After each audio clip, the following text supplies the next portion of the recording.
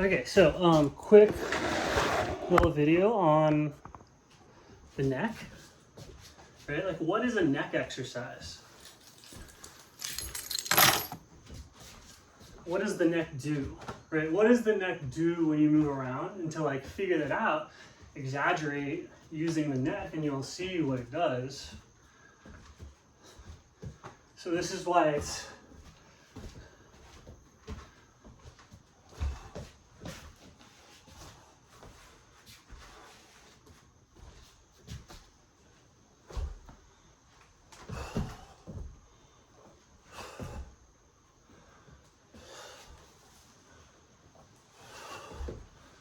so all of those is like I'm loading the neck as much as possible, and I don't have a very strong neck, so it can't take up very much weight. But the more that I am able to load it, I can really get the depth of my immersion into the water. I think in swimming, it's probably like the equivalent of putting your head down. So when you get your neck activation right, it's the same as in swimming. Like imagine swimming and you're keeping your neck not involved in it, like out of the water. If you put your head down, it suddenly aligns the whole body position, and all of the rolling and all of the stroke technique suddenly becomes possible, but only because the head was in alignment. And so if you were to take the head out of alignment, like all of this stuff causes just like catastrophic disorientation or like wobbling, and you drop the head into alignment and you can get rotation that's not really causing any disturbance whatsoever.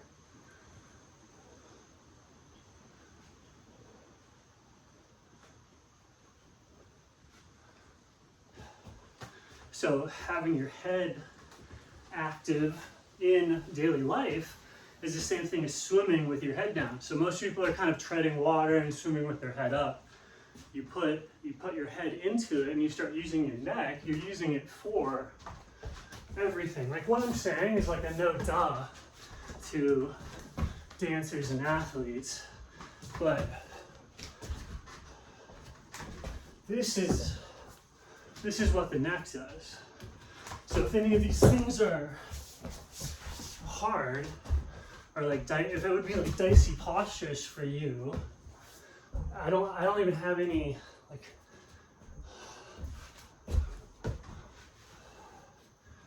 I don't do movement stuff, right? So don't judge that. I'm just like trying to do things with my neck. And it just provides so much to the whole process of like staying along your center of rotation, even if the movement's bizarre. Like if I keep my neck involved,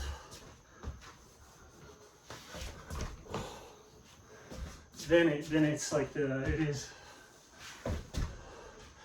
just aligning your body posture, the same thing as if you're swimming, you're actually aligning with the surface of the water.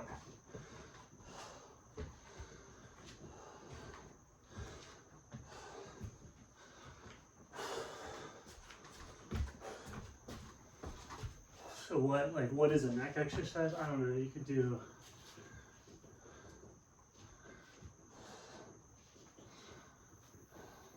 it's more like how much do you want to let it do?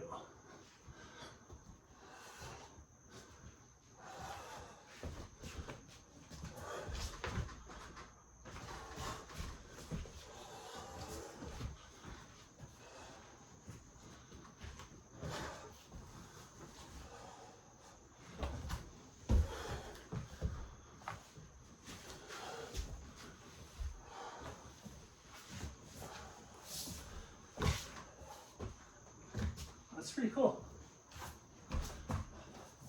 This is just entirely trying to keep my neck engaged, like all the movement patterns.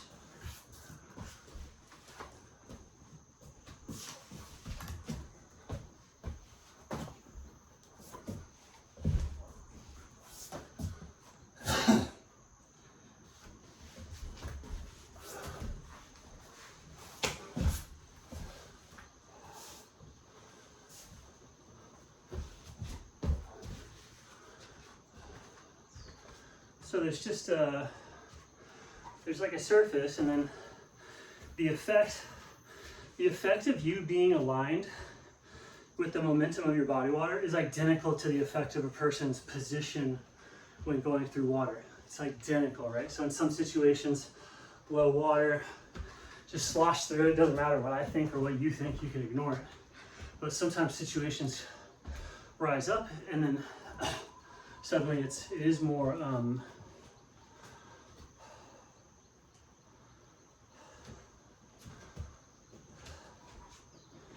fluidic. So you're still like, it's almost like it still slows you down. It's like that until you could say, whoa, this is making me lighter. And once you realize it's like kind of opening up movement possibilities because of this buoyance, there's less focus on how fast forward you can go towards a goal. And so once it gets higher and higher and you're like kind of swimming, then you have basically like dog paddle and then possibly swimming. But the thing is that you want to get your alignment to make sense as you move through the water. So that's head down, the body splayed out in full contact with the surface of the water. Or underwater, the body can be in full contact with the totality of the water. So dolphin kick underwater lets you potentially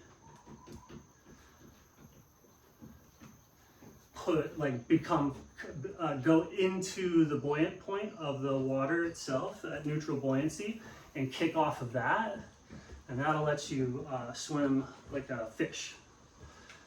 But the other way is to be completely splayed out on the surface as much as possible, and in a rotational line as much as possible, or of an orientation where you can support or mimic waves.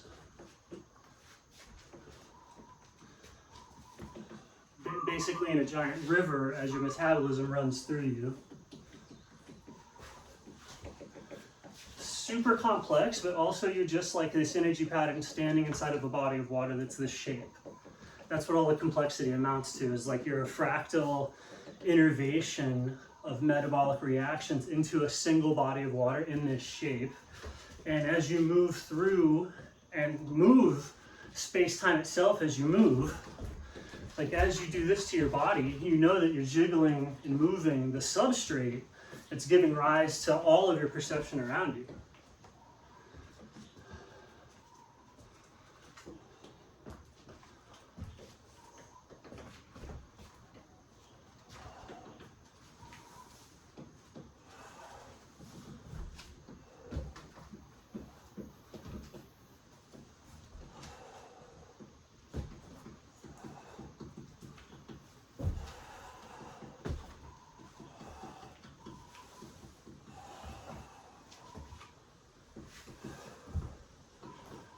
So like if you're like a high level mover and you weren't taught to look at this stuff this deeply, you've just been wasting your time so much because you have so much potential. I mean, you still do, but you could have been doing this for years already. Of like, yeah, the amount of, yeah, you're just so, you know, people should be tricks and tricks anyway.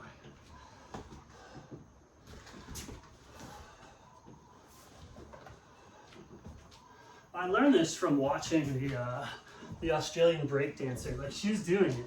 Everyone's making fun of her, but she was up there and she stuck her neck out. And that's this. You know? You can't tell, you can't judge her for the style that it had when she represented it. And she repped it, as they say, in the league. And she's from a marginalized breakdance community of people who don't train very much or have any talent, and they're excluded from these spaces even though they rep it. What does it mean to not have any talent? It's just a tiny wave, right? Some waves in the ocean aren't that big, they're still there, right? And they still wash up on the shore.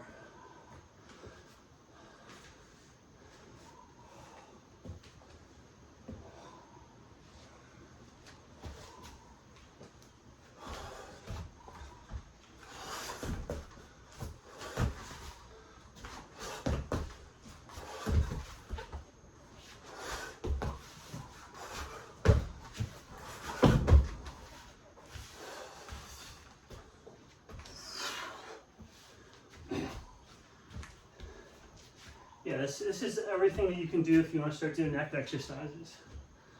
These motions kind of like let your neck do some pretty cool movements, but the inertia from the motion takes a lot of the weight off. And then over time, you can let the neck take over more and more of the movement.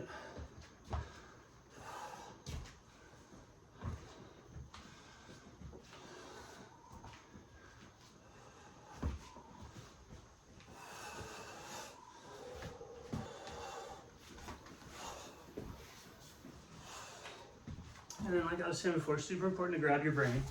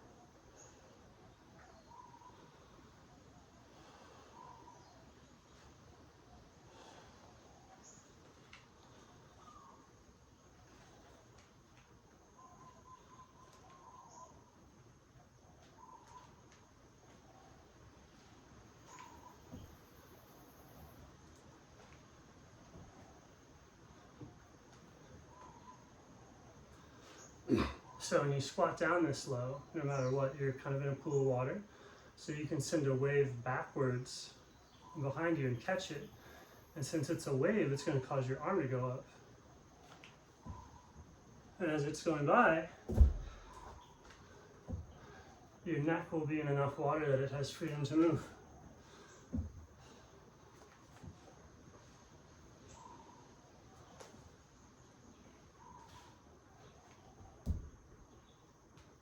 So it's still a, you know, you see here, it's still a neck exercise. I'm using my neck to do